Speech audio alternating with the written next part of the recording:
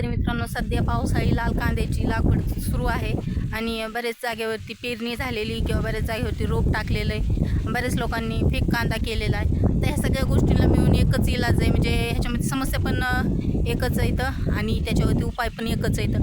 ते आजच्या व्हिडिओमध्ये आपण जाणून घेणार आहे की रोप पिवळं पडतं, मर होते किंवा खालून बुडके सुकले जातात, तुटाळी मोठ्या प्रमाणात होते. त्याच्यावरती आपण इलाज काय करायचं ते आजच्या व्हिडिओमध्ये आपण जाणून घेणार आहे. त्यासाठी व्हिडिओ अजिबात स्किप न करता शेवटपर्यंत बघा आणि आपल्या चॅनलला नवीन पहिल्यांदाच आला असाल तर सबस्क्राईब करा. सोबतच व्हिडिओ लाईक आणि जास्तीत जास्त शेतकऱ्यांपर्यंत शेअर करा, कारण 90% शेतकऱ्यांना ही समस्या जाणवत असते आणि त्याच्यावरती अचूक इलाज हा प्रत्येकापर्यंत पोहोचायला पाहिजे.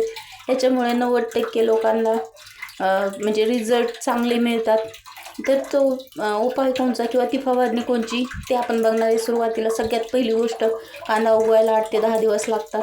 म्हणजे ते आपल्या रानावरती, वातावरणावरती, सगळ्या गोष्टींवरती अवलंबून असतं. सो तर 8 दिवसामध्ये बऱ्यापैकी कांदा उगवून जातो. त्याच्यानंतर 8 दिवसच्या नंतर आपण ही फवारणी घ्यायची. कारण काय असतं, पाणी साचून राहणं किंवा रानाला पाणी लागणं, जास्तीचा पाऊस होणं आणि पाण्याचा निचरा न होणं, ह्या गोष्टी याला कारणीभूत असतात की आपलं कांद्याचं रोप हे पिवळं पडतं. सगळ्यात महत्त्वाची गोष्ट, ज्यावेळेस पावसाळ्यात कांदा लावायचा असतो, निचऱ्याची जमीन असायला पाहिजे. सोबतच अशी काळी जमीन असेल तर सगळ्यात उत्तम, आणि माळ रानाची जमीन असेल तर सगळ्यात बेस्ट, कारण माळ रानावरती सगळ्यात कमी रोग पडतात.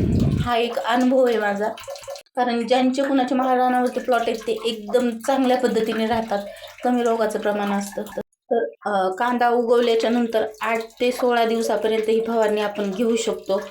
म्हणजे एकंदरीत ह्या साईजचा कांदा असल्यावरती पिवळा पडण्याची शक्यता जास्त असते, कारण नाजूक रूप असतं, त्याला जारवा कमी असतो. ह्या सगळ्या म्हणजे बरेच कारणं असतात. त्यासाठी आपण फवारणी घ्यायची. एव्हरगोल्ड नावाचं औषध असतं, ते आपल्याला एकरासाठी 1 लिटर याप्रमाणे वापरायचं. आता ह्याची सगळ्यात महत्त्वाची गोष्ट म्हणजे आपण वापरणार कसं आहे. जर आपण फवारणीद्वारे वापरणार असाल तर आपण काय करायचं, 1 लिटरमध्ये म्हणजे 1 एकरासाठी आपल्याला फवारणीसाठी 10 ते 12 पंप लागतात. मग त्या एका ड्रममध्ये 12 डबे टाकायचे पाण्याचे आणि त्याच्यामध्ये ते औषध मिसळून घ्यायचं. सोबतच प्रत्येक पंपाला 1 डबा आपण देऊन टाकायचं, म्हणजे सगळ्याला सारखं भेटतं.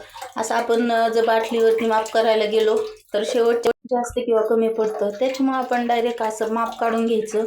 आणि सोबतच जर तुम्ही त्याला पाट पाण्याने देऊ शकता, ठिबकने देऊ शकता आणि बरेच पद्धतीने, म्हणजे विषय काय असतो, फक्त झाडापर्यंत पोहोचणं. आणि फवारणी करत असाल तर सगळ्यात दाट फवारणी करून घ्यायची, म्हणजे प्रत्येक रोपाची प्रत्येक पात धुवून गेली पाहिजे, अशा पद्धतीने फवारणी करायची. जर आपण ड्रिपमधून देणार असेल तर एका ड्रममध्ये सगळं मिक्स करून द्यायचं आणि 1 लिटर 1 एकरासाठी याप्रमाणे ड्रिपमधून सोडून द्यायचं, सिंचुलमार्फत किंवा हातपंपाने सुद्धा सोडू शकता.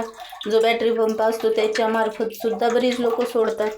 सोबतच पाट पाण्याने सुद्धा हे सोडू शकता. म्हणजे जर आपली 4-5 वसारे असतील तर प्रत्येक वसारीसाठी आपण टप्प्याटप्प्याने एखाद्या डब्याला छिद्र पाडून वगैरे, म्हणजे सोप्या पद्धतीने कमी खर्चात सुद्धा हे सगळं करू शकतो. म्हणजे ह्याच्यासाठी ही टेक्नॉलॉजीच असावी असं काही नाही, पण रिझल्ट मात्र 100% होतात. त्याच्यामुळे कांद्याची मर होणं, पिळे पडणं आणि सोबतच जारव्यांचं प्रमाण कमी असणं, ह्या सगळ्या समस्यांवरती इलाज होतो.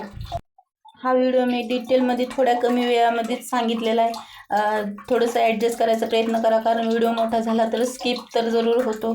सोबतच जर कमी माहिती सांगितली तर कमेंटमध्ये तुम्हाला पण प्रॉब्लेम येतात. मला पण प्रत्येक कमेंटला उत्तर द्यायचं म्हटल्यावर ते सविस्तरपणे सांगता नाही येत. त्याच्यामुळे सगळी माहिती एकदम कमी वेळामध्ये सांगितलेली कशी वाटली कमेंटमध्ये जरूर कळवा. सोबतच कांद्याविषयी इतर काही चांगले किंवा वाईट तुमचे अनुभव असतील तर ते सुद्धा कळवा. तुम्ही कांद्यासाठी कोणती औषधं वापरतात ते सुद्धा सांगा आणि तुम्ही फेक कांदा कसा लागवड केली हे सुद्धा कळवा. व्हिडिओ शेवटपर्यंत बघितल्याबद्दल धन्यवाद. भेटूया पुढच्या अशाच एखाद्या नवीन आणि माहितीपूर्ण व्हिडिओमध्ये. तोपर्यंत आपल्या चॅनलवरचे पाठीमागचे व्हिडिओ बघा आणि कांद्याविषयीची बरीचशी माहिती तुम्हाला जाणून घ्यायला मिळेल. धन्यवाद.